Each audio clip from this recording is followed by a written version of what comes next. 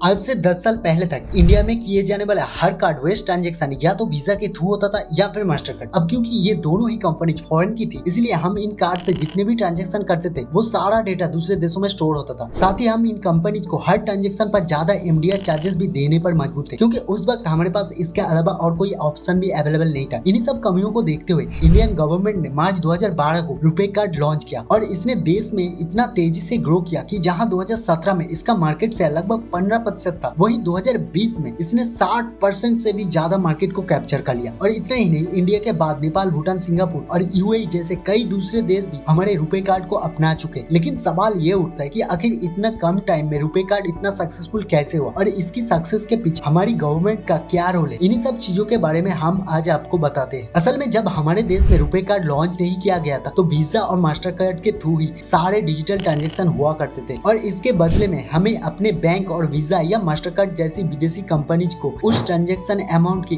1 से 3% का MDR charge देना पड़ता। यानी मान लो कि अगर हम किसी को 1000 रुपए भेज रहे हैं तो उसमें से लगभग 3% यानी 30 रुपए तो ट्रांजैक्शन फी के रूप में डिडक्ट हो जाते थे और रिसीवर को सिर्फ 970 रुपए ही मिल पाते थे। इसके अलावा दूसरी प्रॉब्लम ये थी कि हमारा कार्ड बेस्ड ट्रांजैक्शन पूरी तरह इन फॉरेन कंपनीज पर डिपेंडेंट था और पूरे देश में कार्ड के थ्रू पैसे की जितने भी लेन देन होती थी उस सब का डेटा दूसरे देश में स्टोर होता था, जिससे हमारे देश में कौन कहाँ कितना पैसा स्पेंड करता है या उसके अकाउंट में कहाँ से पैसा आता है, इसको लेकर प्राइवेसी जैसी कोई बात नहीं थी। अब अगर हम देखें तो उस समय इंडिया में 500 से भी ज्यादा बैंक्स थे, लेकिन वीजा और मास्टर कार्ड सिर्फ टॉप के 55 बैंक्स को ही अपनी सर्विसेज प्रोवाइड करते थे, जिसकी वजह से बाकी 450 से भी ज्यादा बैंक ऐसी सुविधा से वंचित थे और उनको एक ऐसे कार्ड नेटवर्क की सख्त जरूरत थी जो उन्हें अपनी सर्विसेज दे सके। इन्हीं सारी परेशानियों को देखते हुए RBI ने NCPI की स्थापना की और इसका पहला ऑफिस मुंबई में ओपन किया गया। इस कंपनी का मकसद पेमेंट सर्विस सिस्टम के मामले में देश को आत्मनिर्भर बनाना था और देश के ज्यादा से ज्यादा लोगों को फाइनेंशियल सिस्टम में लेकर आना था। इसके लिए NPCI ने 26 मार्च 2012 को रुपे पेमेंट सर्विस सिस्टम को लॉन्च किया, जो पूरी तरह से इंडिया का अपना खुद का बनाया हुआ कार्ड बेस्ड पेमेंट सिस्टम था, क्योंकि इसमें किसी भी विदेशी कंपनी का कोई इंटरफेरेंस नहीं था। अब रुपे इंडियन मार्केट में आ तो गया था, लेकिन शुरुआत में उसे यहाँ कुछ खास जगह या सक्सेस नहीं मिल पाई। इसकी वजह थी इंडियन मार्केट पर वीजा और मास्टर कार्ड का कब्जा। ये दोनों ही कंपनी पिछले कई सालों से इस मार्केट के बहुत से बड़े हिस्से को कैप्चर किए हुए थे, जिस वजह से रुपे को यहाँ जगह बनाने में काफी स्ट्रगल का सामना करना पड़ा और शुरुआत के कुछ सालों में उसने कुछ खास कमाल नहीं दिखा, यहाँ तक कि इसकी ग्रोथ लगभग ना के बराबर ही हुई। असल में उस समय तक सबसे बड़ी दिक्कत ये थी कि तब केवल 55.7% लोग ही ऐसे थे जिनके पास बैंक अकाउंट था और इसका कारण ये था कि ज्यादातर बैंक में 3 से 5 हजार का मिनिमम बैलेंस होना जरूरी था। लेकिन इंडिया में काफी लोग ऐसे थे जिनके लिए ये रकम बहुत बड़ी थी और वो इतना बड़ा अमाउंट ऐसे ही बैंक में छोड़ना अफोर्ड नहीं कर सकते थे। यही वजह थी कि उस समय बैंक खाताधारों की संख्या इतनी कम थी। अब ऐसे में चाहे बैंक लोन की सुविधा हो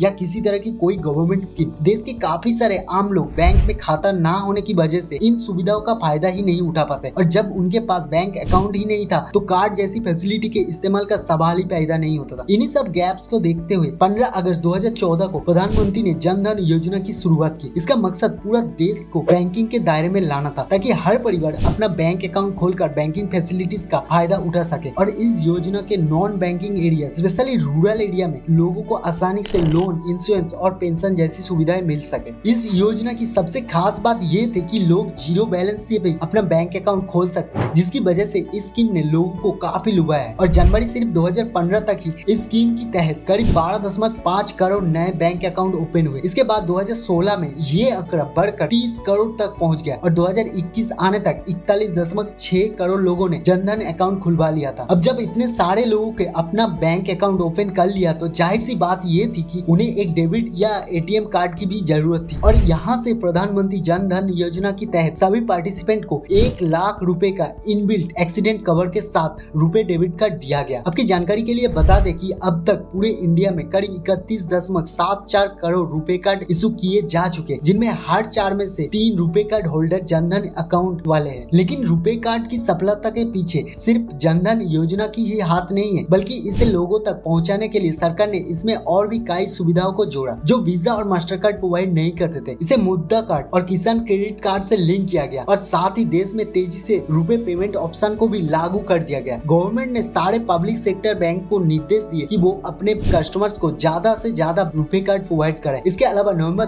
2020 में फाइनेंस मिनिस्टर निर्मला सीतारमण ने सारे बैंकर्स के साथ एक मीटिंग की, जिसे उन्होंने सभी से रुपे कार्ड को प्रमोट करने के लिए कहा। जब इस कार्ड को लॉन्च किया गया था तो इसका एमडीआर 90 पैसे रखा गया था, जो वीजा और मास्टर कार्ड से काफी कम था। लेकिन सरकार यही नहीं रुकी, बल्कि रुपे कार्ड का एमडीआर 90 पैसे से 0 कर दिया। एमडीआर चार्जेस को खत्म करना भी रुपे कार्ड का सक्सेस और ग्रोथ की सबसे अहम रीजन में से एक था, क्योंकि इससे स्मॉल बिजनेस ओनर और बाकी के लोगों को काफी फायदा हुआ और इसके बाद तेजी से इसका इस्तेमाल देश भर में बढ़ गया। इस तरह वीजा और मास्टर कार्ड जैसी कंपनीज का मार्केट शेयर धीरे धीरे कम होने लगा और उनका जगह रुपे एक्वायर करने लगा। स्पेशल ऑफर के थ्रू भी गवर्नमेंट ने रुपे को विस्तार करने की हर मुमकिन कोशिश की। जैसे अगस्त 2018 में जीएसटी काउंसिल ने रुपे कार्ड को पेमेंट करने पर कैशबैक जैसे ऑफर देने का अनाउंसमेंट किया। उन्होंने कहा था कि जो लोग खरीदारी के वक्त रुपे कार्ड से ट्रांजैक्शन करते हैं, उनके टोटल जीएसटी अमाउंट का 20% उन्हें कैशबैक के रूप में मिलेगा। इसके अलावा गवर्नमेंट ने दिसंबर 2021 में रुपे डेबिट कार्ड्स को प्रमोट करने के लिए 1300 करोड़ का प्लान अप्रूव किया था, जिसके तहत रुपे कार्ड के इस्तेमाल से किए गए हर ट्रांजैक्शन पर 1 साल तक गवर्नमेंट बैंक को उस ट्रांजैक्शन का एक निर्धारित परसेंटेज देगी। लेकिन ये प्लान सिर्फ उन्हीं ट्रांजैक्शन पर लागू होगा जिसकी वैल्यू 2000 रुपए या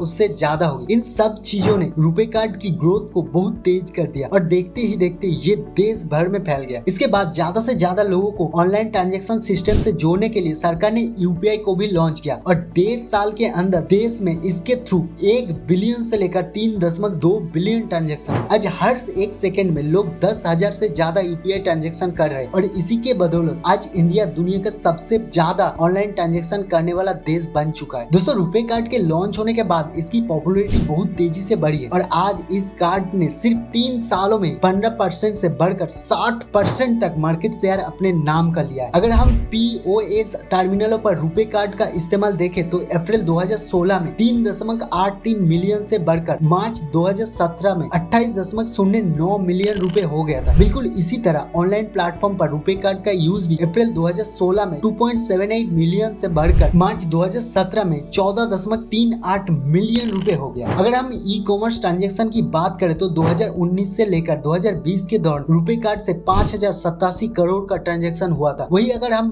2021 से 22 के बीच का आंकड़ा देखें तो इसमें 58.2% की ग्रोथ हुई और ये अमाउंट बढ़कर 8,049 करोड़ रुपए हो गया है। इसके अलावा पीओएस ट्रांजैक्शन की बात करें तो 2019 से 20 के दौरान इस कार्ड से 9,557 करोड़ रुपए का ट्रांजैक्शन हुआ था और 2021 से 22 के बीच के अमाउंट बढ़कर 12,393 करोड़ रुपए हो गया है। इंडिया में इस कार्ड की सफलता के बाद सरकार ने इसे दूसरे देशों में ले जाने पर भी काफी काम किया। 2019 में रुपे ने आंकड़ा दिया था कि इसका इस्तेमाल 195 देशों के सिटीजन्स करते, लेकिन फिलहाल रुपे कार्ड का यूज 200 से भी ज्यादा देशों में हो रहा है और 42.4 मिलियन पीओएस लोकेशंस पर इस कार्ड से ट्रांजैक्शन किए जा रहे हैं। साथ ही दुनिया भर के 1.9 मिलियन एटीएम भी इस कार्ड को एक्सेप्ट करते। आज रुपे कार्ड इंडियन इकोनॉमी को बूस्ट करने और स्ट्रॉन्ग बनाने में एक बहुत अहम रोल निभा रहा है।